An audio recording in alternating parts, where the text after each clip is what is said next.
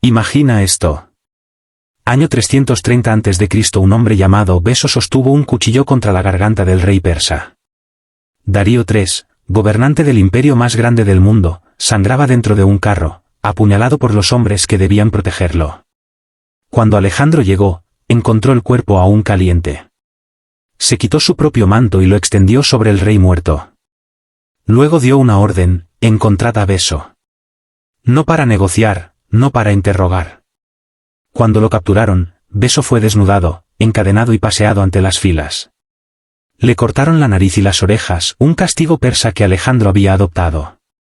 Después lo enviaron a Ecbatana, donde lo descuartizaron. Ahora, aquí está lo extraño.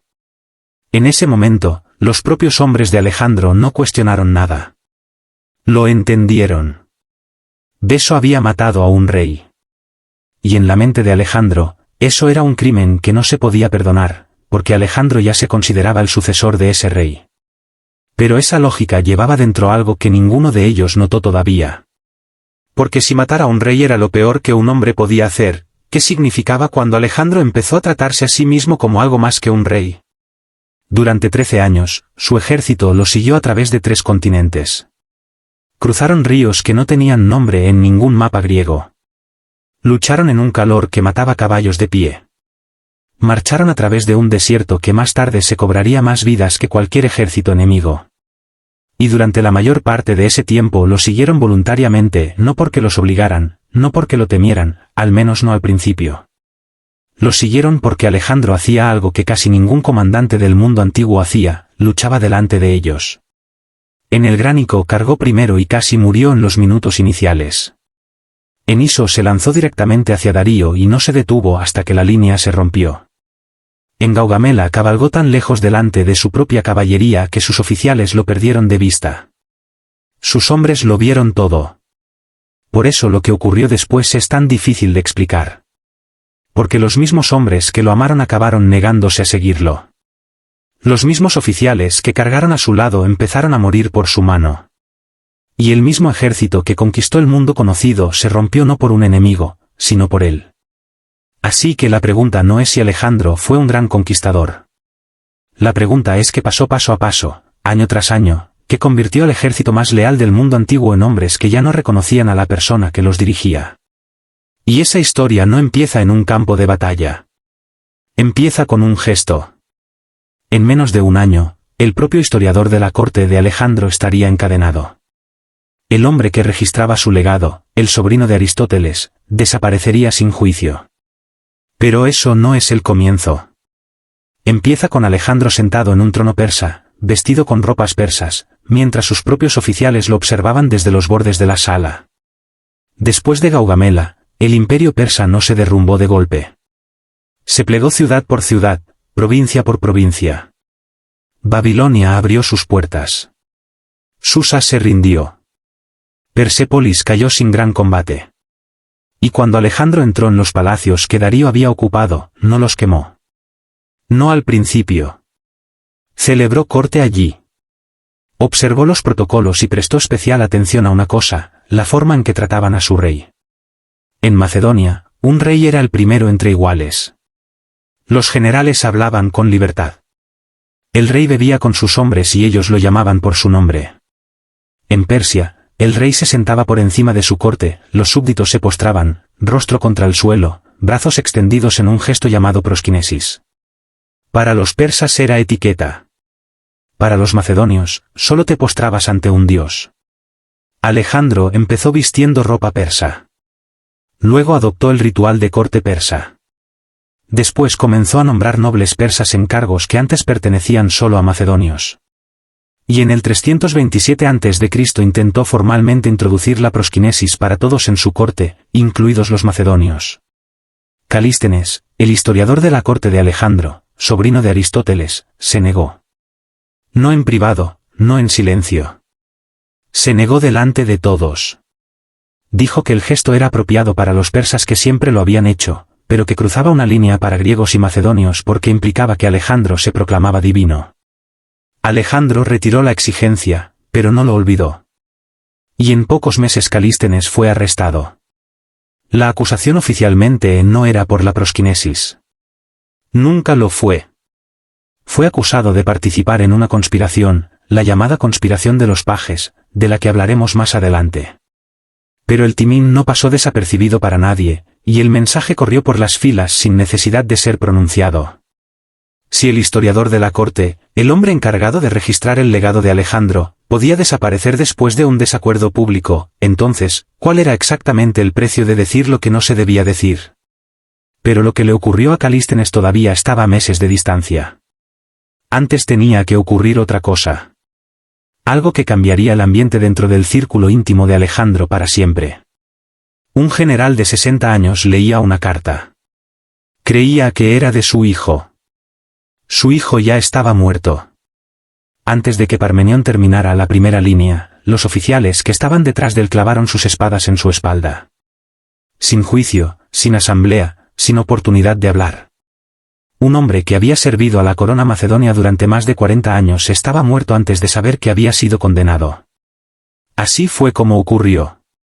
Parmenión no era solo un general en el ejército de Alejandro. Era el general. Había servido a Filipo II durante décadas. Comandó la fuerza de avance que cruzó a Asia antes de que Alejandro fuera rey. En Gaugamela sostuvo todo el ala izquierda mientras Alejandro dirigía la derecha. Su hijo, Filotas, comandaba la caballería de los compañeros, la unidad más elitista del ejército. No eran forasteros. Eran los cimientos. Por eso, cuando se descubrió una conjura contra la vida de Alejandro a finales del 330 a.C. y Filotas fue acusado de conocerla y no haberla denunciado, la situación se convirtió en algo más que un procedimiento legal. Un hombre llamado Dimno había organizado un complot para asesinar a Alejandro. La conjura fue denunciada por otra vía. Cuando los investigadores siguieron la información, descubrieron que Filotas había sido informado días antes y no había dicho una palabra. Filotas fue detenido, llevado ante el ejército macedonio reunido. Porque según la costumbre macedonia, el ejército juzgaba los casos de pena capital, no el rey solo. Fue torturado. Las fuentes no coinciden en todos los detalles, pero coinciden en que acabó confesando. Fue ejecutado con jabalinas delante del ejército. Ahora entendéis lo que Parmenión no sabía cuando aquella carta llegó a Ecbatana. Su hijo estaba muerto y Alejandro ya había enviado jinetes rápidos con órdenes selladas no a Parmenión, sino a sus oficiales subordinados. La pregunta no era si la conjura era real. Quizá lo fuera. Quizá Filotas lo supiera. Quizá la amenaza fuera genuina. La pregunta era qué ocurrió después.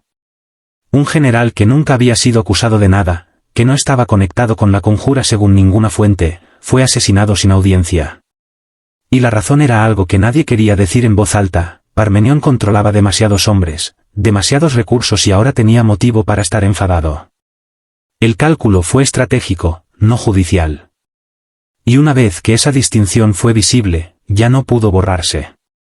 En el mismo año ocurriría otra muerte.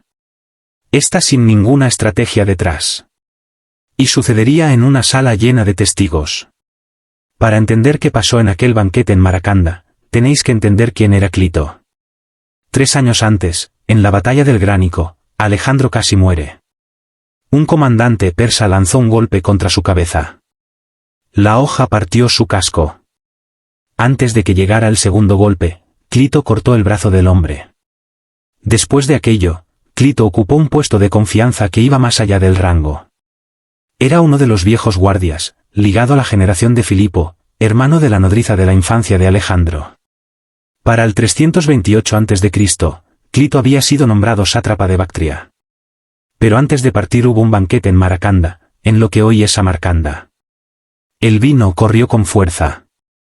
En algún momento, los oficiales más jóvenes empezaron a elogiar a Alejandro, comparándolo con Heracles, con los dioses. Luego alguien dijo que sus logros habían superado a los de Filipo. Clito se levantó. Dijo que Alejandro debía sus victorias a los hombres que luchaban por él. Que los logros de Filipo habían hecho posible todo. Que Alejandro estaba rodeado de aduladores. Los oficiales intentaron intervenir. Apartaron a Clito. Volvió y la segunda vez la discusión subió de tono. Según Plutarco, Clito extendió la mano y dijo, «Esta es la mano que te salvó en el Gránico». Alejandro agarró una lanza. Algunas fuentes dicen que fue una jabalina. Otras dicen una sarisa, la larga pica macedonia. En cualquier caso, el arma estaba en sus manos antes de que nadie pudiera reaccionar. Y en aquella sala llena de oficiales, compañeros y guardias, Alejandro la clavó en Clito. La sala quedó en silencio. Lo que siguió está descrito en todas las fuentes principales. Alejandro se derrumbó. Sacó el arma del cuerpo y la volvió contra sí mismo. Tuvo que ser sujetado. Se retiró a sus aposentos durante 3 días. Rechazó comida, rechazó compañía. Sus consejeros finalmente lo convencieron de volver al servicio. El filósofo Anaxarco le dijo que las acciones de un rey eran inherentemente justas y que Alejandro no debía estar atado por las reglas ordinarias de la culpa. Alejandro aceptó ese razonamiento. No se impuso ningún castigo. No se abrió ninguna investigación. Y los oficiales que lo presenciaron sacaron sus propias conclusiones. Y sin embargo, meses después, alguien todavía intentó actuar. Esta es la conjura que mencionamos antes, la que alcanzaría a Calístenes. Los pajes reales eran jóvenes nobles macedonios que servían directamente al rey, custodiaban su tienda, manejaban su caballo, lo atendían en las comidas. Uno de ellos era un joven llamado Hermolao. Durante una cacería, Hermolao mató un jabalí antes de que Alejandro tuviera oportunidad de golpear primero, una violación del protocolo real.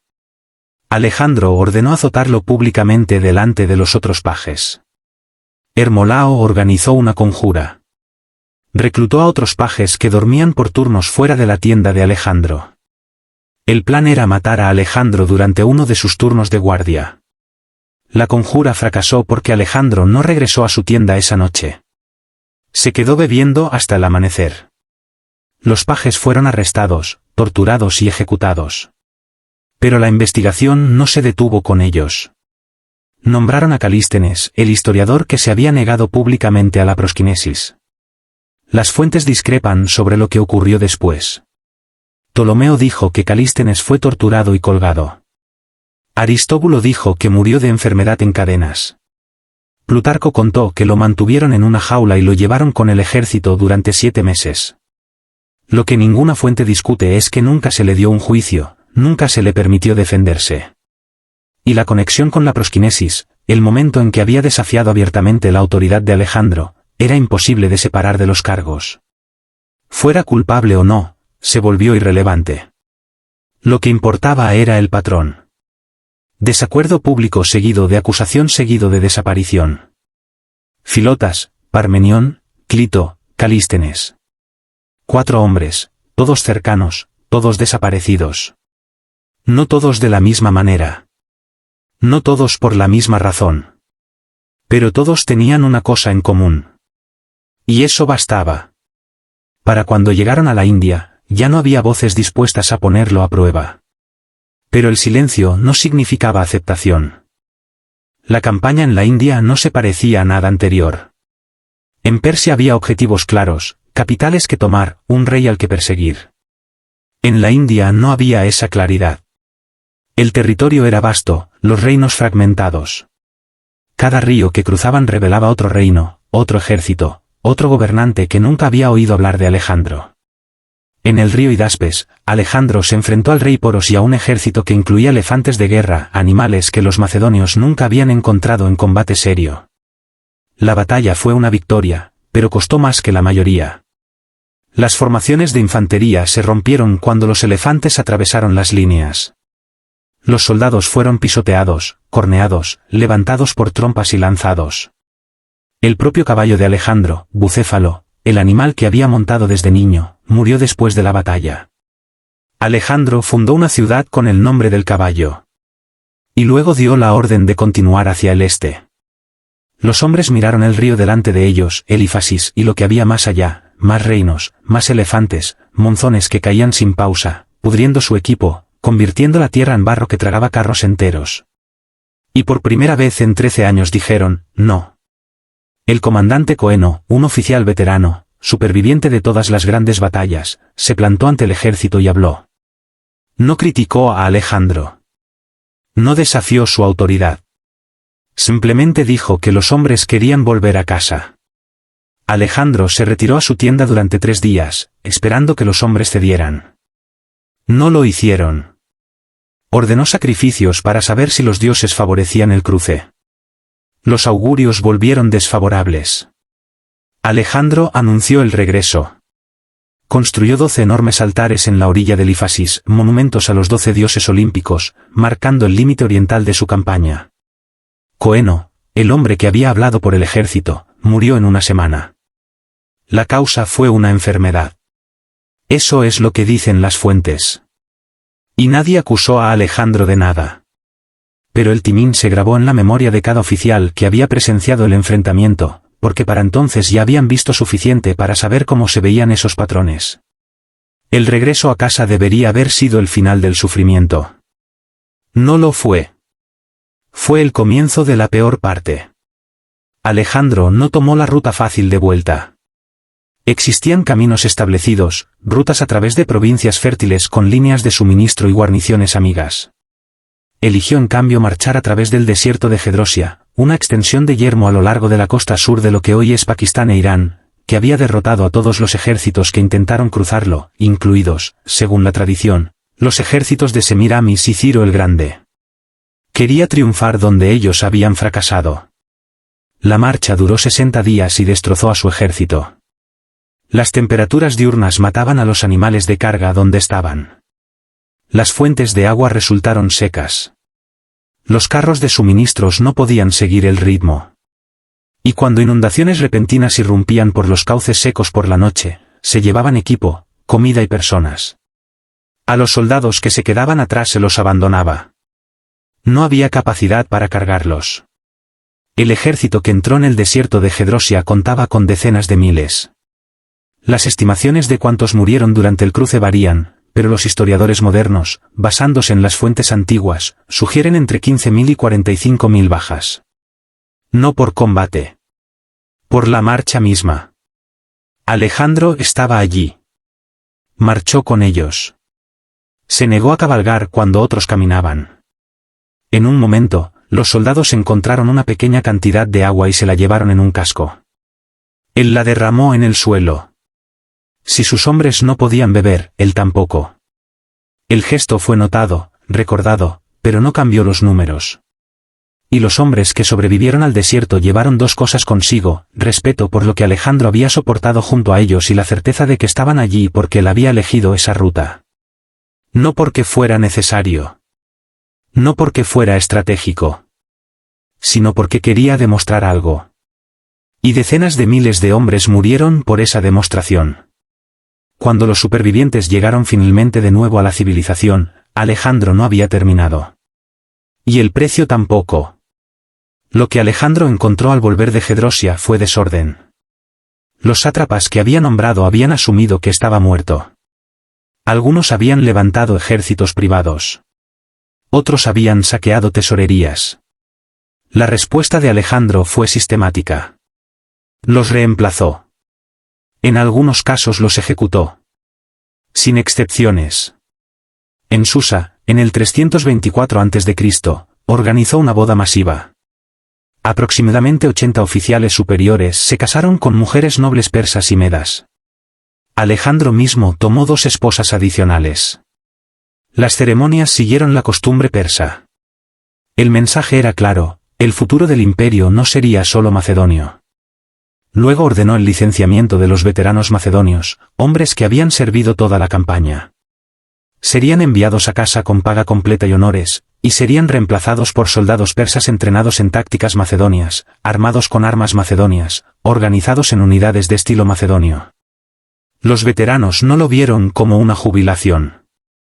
Lo vieron como un reemplazo. En Opis, la reacción fue abierta y hostil. Los soldados gritaron a Alejandro. Le dijeron que fuera a hacer campaña con su padre, refiriéndose al dios Amón, de quien Alejandro había afirmado ser hijo desde que visitó el oráculo de Sigua. La respuesta de Alejandro fue inmediata. Señaló a la multitud e identificó a 13 hombres, cabecillas según él, y ordenó que fueran detenidos. Se los llevaron y los ejecutaron. Luego Alejandro se retiró. Se negó a ver a ningún macedonio. Empezó a nombrar persas en puestos de mando, incluido dar a oficiales persas el título de pariente, un honor exclusivamente macedonio. El enfrentamiento duró días. Finalmente, los soldados fueron a su tienda llorando, suplicando reconciliación. Alejandro salió. Lloró con ellos. Celebró un banquete de reconciliación. Macedonios y persas sentados juntos y ofrecieron oraciones por la armonía. La crisis se resolvió, pero los 13 hombres seguían muertos. Y entonces, a finales del 324 a.C., Hefestión murió. Hefestión no era solo el compañero más cercano de Alejandro. Era la persona en quien Alejandro confiaba más que en nadie vivo. Cuando Hefestión murió de fiebre en Ecbatana, la reacción de Alejandro superó cualquier cosa que sus hombres hubieran presenciado. Se negó a comer durante días. Ordenó ejecutar al médico de Hefestión alegando que el hombre había fallado en salvarlo. Se cortó el pelo en señal de duelo, imitando a Aquiles llorando por Patroclo. Ordenó un funeral que, según se dice, costó 10.000 talentos, suficiente para financiar una campaña militar completa. Y luego, según Plutarco, lanzó una expedición militar contra los coseos, una tribu montañesa cerca de Ecbatana, y masacró a toda la población como sacrificio al espíritu de Hefestión. No una batalla, no una campaña con objetivo estratégico, una masacre. Enmarcada como ofrenda, el ejército cumplió la orden. Nadie objetó, porque para el 324 a.C. el coste de objetar había quedado suficientemente claro tantas veces que el cálculo ya no requería pensamiento. 5 meses después Alejandro estaba muerto. Entró en Babilonia contra el consejo de sus adivinos. Los sacerdotes caldeos le advirtieron que no entrara en la ciudad desde el oeste. Los augurios, dijeron, eran desfavorables. Alejandro consultó a filósofos griegos que le dijeron que las advertencias tenían motivación política. Los sacerdotes simplemente no querían que inspeccionara los fondos de los templos. Entró de todos modos. Durante las siguientes semanas planeó campañas futuras, Arabia, Cartago, posiblemente el Mediterráneo occidental. Luego comenzaron las fiebres. La cronología está registrada con detalle, en parte gracias a los diarios reales, el registro oficial de la corte. Día a día, Alejandro se debilitó. Siguió dando órdenes, recibiendo comandantes, planeando, pero las fiebres se intensificaron. El 10 o 11 de junio del 323 a.C., según la conversión del calendario, Alejandro Magno murió. Tenía 32 años. La causa de la muerte se ha debatido durante más de 2000 años. Fiebre, veneno, tifus, pancreatitis. Las teorías se multiplican porque los síntomas coinciden con varias posibilidades y ninguna encaja perfectamente. Lo que se registra sin disputa es lo que ocurrió después. Según múltiples fuentes, cuando preguntaron a Alejandro quién debía heredar su imperio, dijo una de dos cosas, al más fuerte, o, porque las palabras griegas son parecidas, a Crátero, nombre de uno de sus generales. Ningún sucesor claro, ningún plan, ninguna estructura. En cuestión de horas tras su muerte, el imperio empezó a fracturarse. En un año, sus generales estaban en guerra entre sí. En 2 décadas, todos los miembros de su familia, esposas, hijos, madre, estaban muertos. Su imperio no le sobrevivió porque nunca hizo posible que nadie más lo sostuviera. No porque no hubiera hombres capaces, sino porque el sistema que creó requería una sola cosa que ningún sucesor podía replicar, ser Alejandro. Y ser Alejandro era algo que ni siquiera Alejandro pudo sostener. No hay un solo momento que lo explique todo, pero hay momentos que definen dónde gira la historia. Si has llegado hasta aquí, la pregunta no es si te pareció interesante.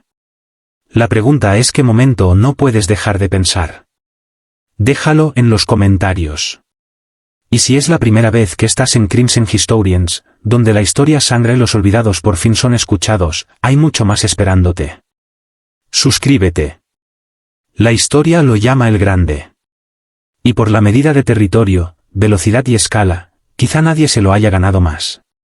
Pero los hombres que estuvieron allí vieron algo más junto a las victorias.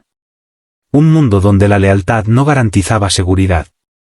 Donde la cercanía era su propio tipo de exposición. Donde la distancia entre el favor y la destrucción se medía no en crímenes, sino en momentos. Parmenión sirvió 40 años. Fue asesinado leyendo una carta. Clito salvó la vida de Alejandro. Murió a manos de Alejandro. Calístenes registró el legado de Alejandro. Desapareció encadenado. Decenas de miles lo siguieron al desierto de Gedrosia. La mayoría no salió caminando. Y cuando todo terminó, cuando la fiebre finalmente lo tomó en aquel palacio de Babilonia, no quedó nadie capaz de sostener lo que él había construido. No porque no hubiera hombres capaces, sino porque el sistema que creó requería una sola cosa, ser Alejandro. Y ser Alejandro era algo que ni siquiera Alejandro pudo sostener.